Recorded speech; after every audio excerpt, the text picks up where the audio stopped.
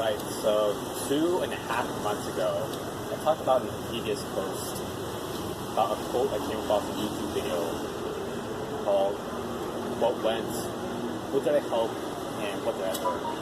So I want to reflect that from my time in Thailand. So in terms of who did I help, I think most obviously would be the students that I taught, and maybe other people. If I help other people besides my students, that'd be great, but that's besides the point. I want to focus more on what I learned in my time in Thailand. I spent almost a year there. Right, so going to move from the concrete and then slowly to the abstract. Starting with the first one is I learned basic Thai. So just the basic pleasantries like saying hello, as well as holding a basic conversation to introduce yourself to a new person, as well as the numbers, how to haggle in the market, as well as more technical language such as used when I was training Muay Thai, language used for flirting, and language for managing a classroom. So just the basics in those dimensions. Next one, I learned public speaking. Well, I've developed my public speaking skills, let's say. So being a school teacher, being a school teacher, having to stand in front of students, you don't really have much of a choice but to learn how to speak in front of other people.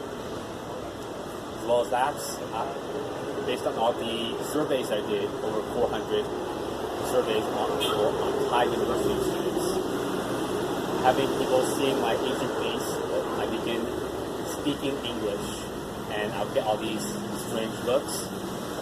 I've gotten used to it, and that also, in a different angle, helped me develop my public speaking skills as well. Right, next one. Right, leadership and classroom management. So, being thrown into a not a den of wolves, a classroom full of teenagers. They are not always the most respectful. Some of them are, some of them are not. Having to go in there and being expected to control the classroom, to get them to learn, to meet the school's objectives. Eventually, you learn a thing or two. If you're like me, an inexperienced, very quiet person being thrown into a classroom, it's really two main options: you either quit or you find a way to make it work. So another way to put it, say you either sink or swim. So in my case, fortunately, it was the latter. Right. So even towards the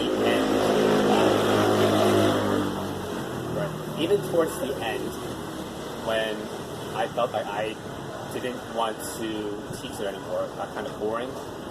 I wanted to quit prematurely because of the monotonous routine. I was doing the same thing over and over again.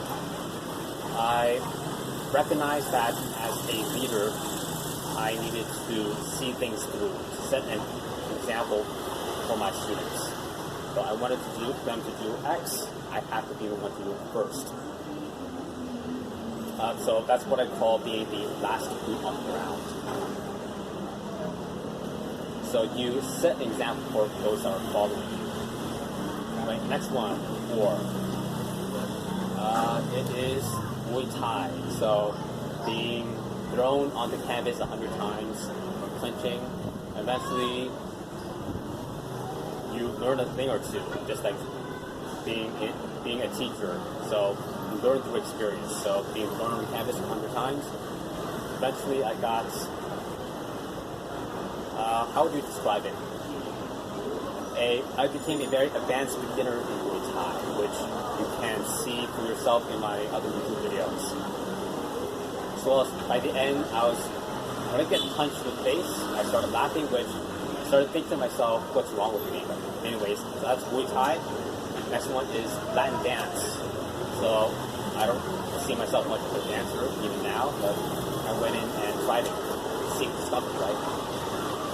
So even now, I'm more of a robot dancer, but I'm still willing to try.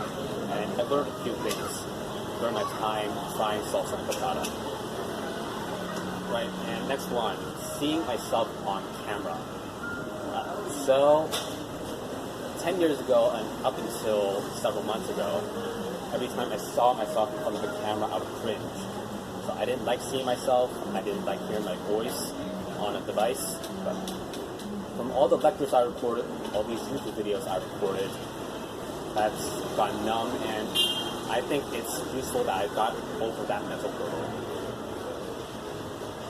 Right, next one. This is more abstract. We call it bend it so it breaks.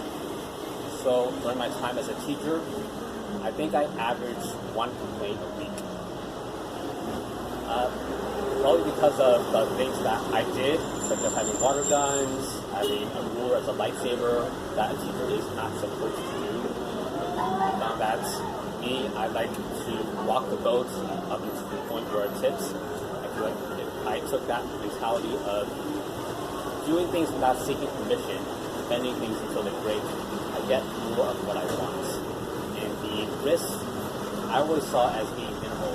It's the worst that can happen. Get fired. Yeah, so that's what I told. What I told some of my ninth graders was what I said. It's better to seek forgiveness than ask for permission. That's what I mean by bend it till it breaks. Right, and the last one, towards really the end, 1 month before I left Thailand, I found myself that I don't have the personality or the mentality to be an employee. I think I was subconsciously working towards this over more than a year, starting from when I first left America, left the comforts of home, up until last month when I left Thailand, left the security of a job. So that's just me personally. There's nothing wrong with having a job with this. Yeah, so just me, I like to smash things into chaos. So if things get too comfortable, that I'm not learning, I'll just throw everything away and move on to the next thing.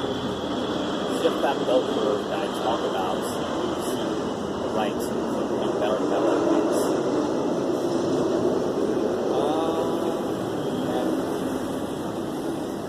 Yeah, that's all I have to say.